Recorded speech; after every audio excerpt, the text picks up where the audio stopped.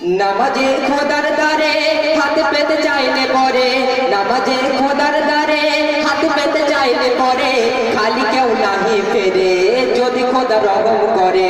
নামাজে খোদার দ্বারে হাত পেতে চাইলে পরে, নামাজে খোদার দ্বারে হাত পেতে চাইলে পরে, খালি কেউ নাহি ফেরে যদি খোদা রহম করে। নামাজে খোদার দ্বারে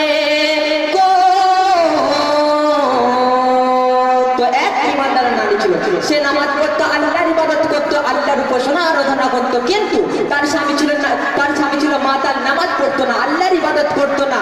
তার বিবি যখন নামাজের কথা স্বামীকে বলতো, অনুরোধ করতো, তখন স্বামী বিবিকে নিয়ে অট্টহাসি করতো এবং মদ খেয়ে বিবিকে মারধর করতো। কিন্তু এখনকার বিবিরা, এখনকার বউরা, স্বামী যদি এক ঘা মারে তো তাকে 10 ঘা মেরে আদায় করে নেবে। কিন্তু এখানে কথা বলছি না, এখানে সব মা বোনেরা অনেক ভালো, আমাদের ওদিকে কথা বলছি।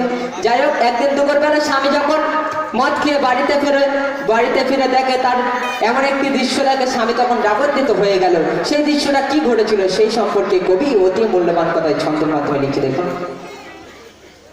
এক ইমানদার নারী নামাজ পড়তো সদা, এক ইমানদার নারী নামাজ পড়তো সদা, স্বামী মাতাল ছিল মানতো না খোদা, স্বামী মাতাল ছিল মানতো না খোদা। স্বামীর করতো অনুরোধ নামাজ পড়ার তরে, স্বামীর করতো অনুরোধ নামাজ পড়ার তরে, স্বামী শুনতো না কথা প্রহার করতো তারে, স্বামী শুনতো না কথা প্রহার করতো তারে গো। স্বামী একদিন দুপুরে মদ খেয়ে বাড়ি ফেরে, স্বামী একদিন দুপুরে মদ খেয়ে বাড়ি ফেরে, দেখে তার নিজের ছেলে চলাতে গেছে পরে, নামাজে নামাজে খোদার দ্বারে গো। তারপর স্বামী যখন সেই দৃশ্য দেখলো, তখন বিবির উপরে রাগান্বিত হয়ে বলছে, তুই এতদিন যে নামাজ রোজা করেছিস, এই নামাজ রোজা কোনো ফায়দা দিয়েছে? কোন ছেলেকে চিন্তা করে দিতে এই নামাজ কি পারবে তোর সম্মানটাকে বাঁচাতে? তখন বিবি নামাজের অবস্থায় আল্লাহর কাছে দোয়া চায়, আল্লাহ এই নামাজের ওসিলায় তুমি আমার ছেলেকে চিন্তা করে দাও, আমার এই নামাজের সম্মানটুকু রাখো। দোয়া করে সেই সম্পর্কে কবি অতি মূল্যবান কথায় ছন্দের মাধ্যমে কি লিখছে দেখো।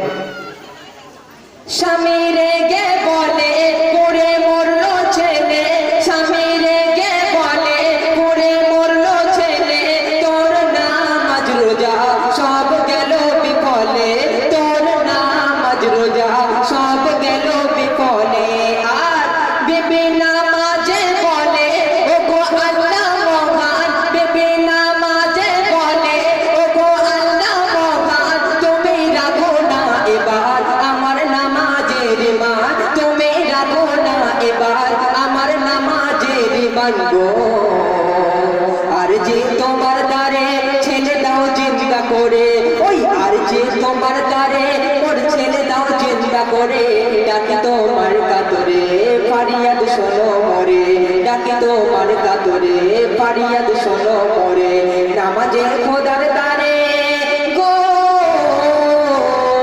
বিবি যখন আল্লাহর কাছে দোয়া চায়, আল্লাহ আমার ছেলেকে জিন্দা করে দাও, তখন আল্লাহ পাক কেমন কারিশমা দেখাচ্ছে, ওই দোয়ার ওসিলায় আল্লাহ পাক সঙ্গে সঙ্গে কারেন্টের মতো দোয়া কবুল করেছে। একবার বলবেন না সুবহানাল্লাহ? দেখ আল্লাহ পাক এই দোয়া কবুল করে নিলে সম্পর্কে কবি ছন্দের মাধ্যমে লিখে দেখুন। নামাজের ওসিলায় তার দোয়া কবুল হয়, নামাজের ওসিলায় তার দোয়া কবুল হয়, মরা ছেলে উঠে মায়ের গলা জড়ায়, মরা ছেলে উঠে মায়ের গলা জড়ায়। একবার বলেন সুবহানাল্লাহ, নারে তাকবীর। নামাজের ওসিলায় তার দোয়া কবুল হয়, নামাজের ওসিলায় তার দোয়া কবুল হয়, মরা ছেলে উঠে মায়ের গলা জড়ায়, মরা ছেলে উঠে মায়ের গলা জড়ায়। দেখে খোদার ফজলে পোড়া দাগ গেল চলে, দেখে খোদার ফজলে পোড়া দাগ গেল চলে, দৌড়ে এসে ছেলে ওঠে মায়ের কোলে,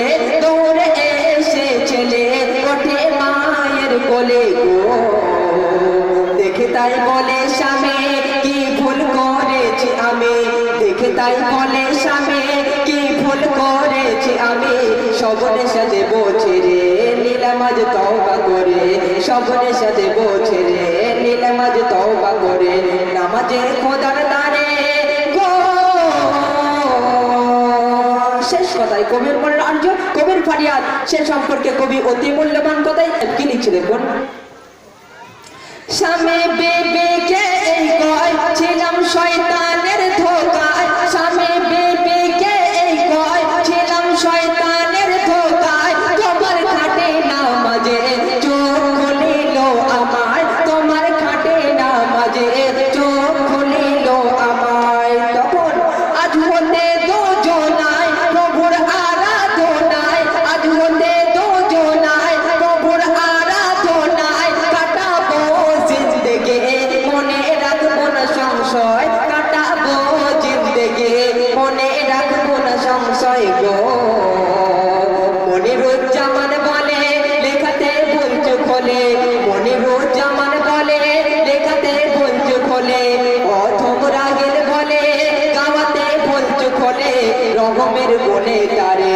দিও খোদা ক্ষমা করে রহমের গুণে তারে দিও খোদা ক্ষমা করে নামাজে খোদার দারে হাত পেতে চাইলে পরে নামাজে খোদার দারে হাত পেতে চাইলে পরে খালি কেউ নাহি ফেরে